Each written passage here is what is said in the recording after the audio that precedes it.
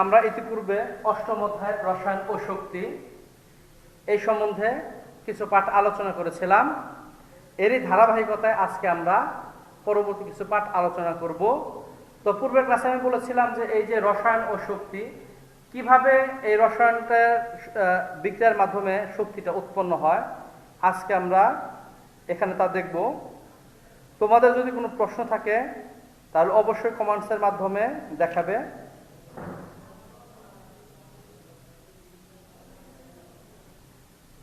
তোমরা অনেকে লাইভে সংযুক্ত হয়েছ, যারা হওনি এখনো দ্রুত সংযুক্ত হয়ে যাও।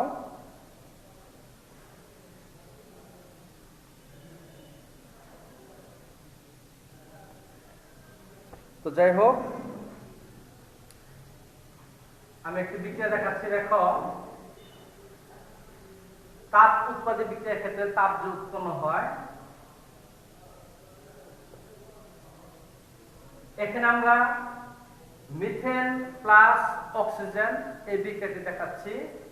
তো এই ক্ষেত্রে আমরা জানি কি উৎপন্ন হয়, কার্বন ডাই অক্সাইড প্লাস পানি উৎপন্ন হচ্ছে। তো এই ক্ষেত্রে আমাদের সমতা বের করতে হবে।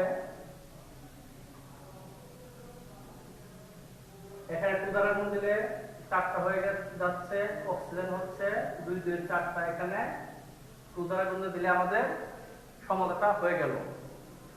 তো এই ক্ষেত্রে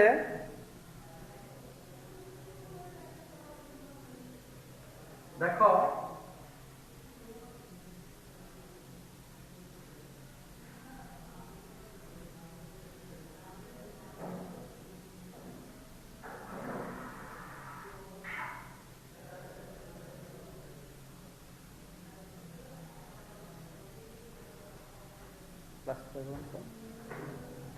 তোমরা অবশ্যই কমেন্টসের মাধ্যমে জানাবে। তো আমি বিক্রিয়াটি দেখিয়ে দিচ্ছি। দেখো, এখানে 1 মোল মিথানের সাথে 2 মোল অক্সিজেন গ্যাস বিক্রিয়া করছে। 1 মোল মিথানের সাথে 2 মোল অক্সিজেন গ্যাস বিক্রিয়া করে 1 মোল কার্বন ডাই অক্সাইড এবং 2 মোল পানি উৎপন্ন করে। তো এই বিক্রিয়াটাকে আমরা এভাবে লিখতে পারি। কার্বনের সাথে 4টি হাইড্রোজেন পরমাণু সংযুক্ত করেছি, প্লাস 2টি অক্সিজেন।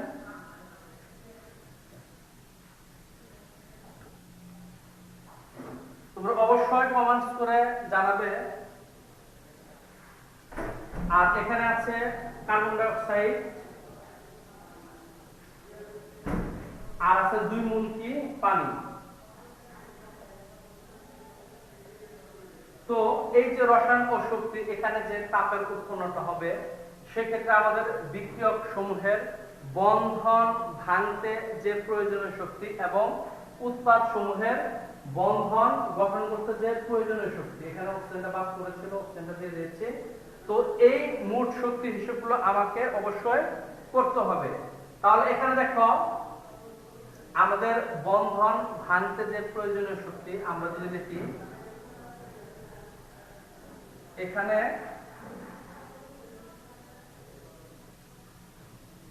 4 মোল কার্বন হাইড্রোজেন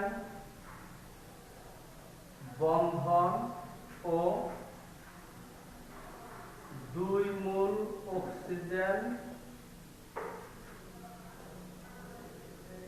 বন্ধন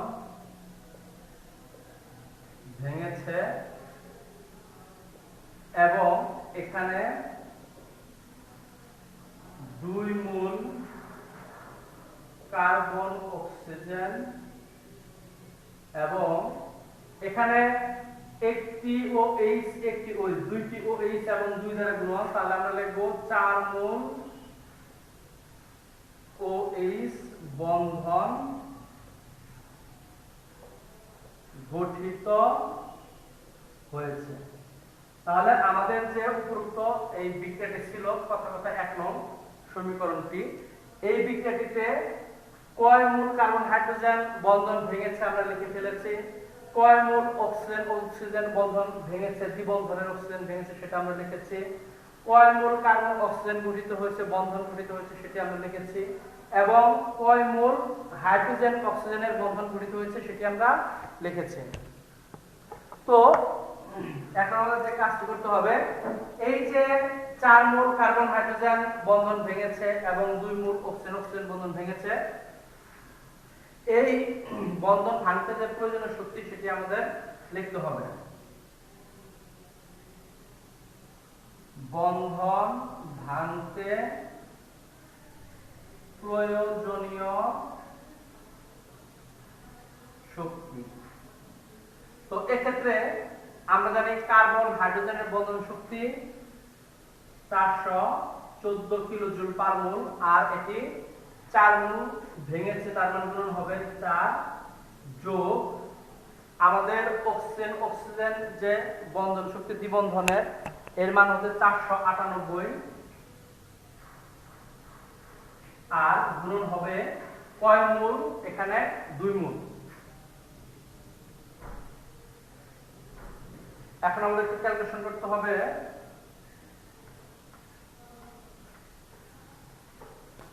फोर इंटू 414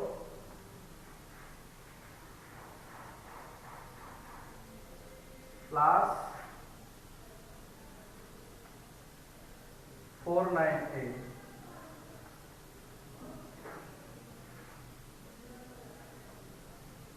এই দুটির সমষ্টিটি আমরা করে ফেলি 1656 equal 2652 কিলোজুল পার মোল। আমাদের এখন হচ্ছে কিলোজুল পার মোল। তো এক্ষেত্রে আমাদের এই যে বন্ধন ভাঙতে প্রয়োজনীয় শক্তি এটির মান নির্ণয় করে ফেলেছি। এখন আমাদের যা করতে হবে, বন্ধন গঠিত হওয়ার ফলে যে নির্গত শক্তি, সেই শক্তিটি আমাদের এখন নির্ণয় করতে হবে। বন্ধন গঠিত হতে নির্গত শক্তি। তো এক্ষেত্রে আমরা লিখেছি যে 2 মোল কার্বন অক্সিজেন বন্ধন ভেঙেছে, আর এখানে 4 মোল অক্সিজেন হাইড্রোজেন বন্ধন ভেঙেছে। তো এখন আমাদের কার্বন অক্সিজেনের যে বন্ধন শক্তি আছে দ্বিবন্ধনের 724, এখানে ভেঙেছে 2 মোল, গুণন হবে 2 দ্বারা, যোগ আমাদের অক্সিজেন এবং হাইড্রোজেন 464, এখানে কয় মোল গঠিত হয়েছে 4 মোল, গুণন হবে 4। এখন আমাদের ক্যালকুলেশনটা করে নিতে হবে। 2 into 724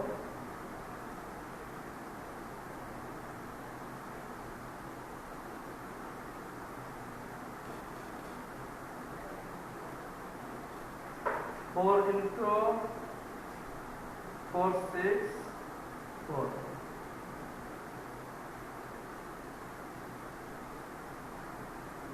এটার সাথে আমাদের একটা যোগ করতে হবে 1448,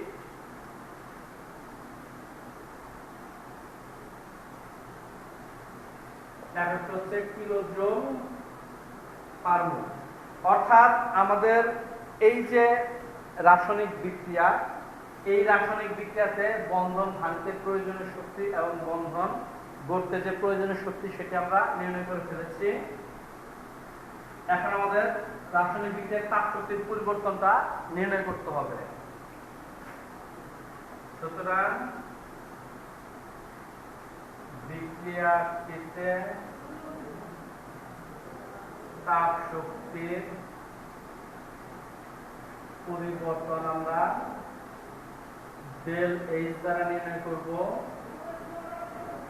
তো এই ক্ষেত্রে আমরা ডেল এইচ দ্বারা নির্ণয় করব H1 মাইনাস H2, এটা যদি আমরা H1 ধরি, এটা যদি আমরা H2 ধরি, তাহলে লিখতে পারি আমরা 2652 বিয়োগ 3304 কিলোজুল পার মোল।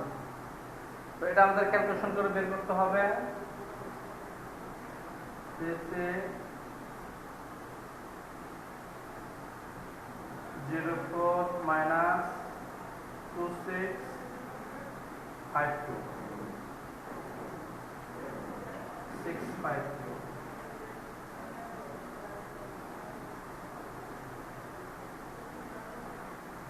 তো এভাবে আমরা সমতায়ন করে এই রাসায়নিক বিক্রিয়ায় যে তাপ শক্তির পরিবর্তন হয়, এই তাপ শক্তির পরিবর্তনটি খুবই সহজেই গণিতের মাধ্যমে নির্ণয় করে ফেলতে পারি।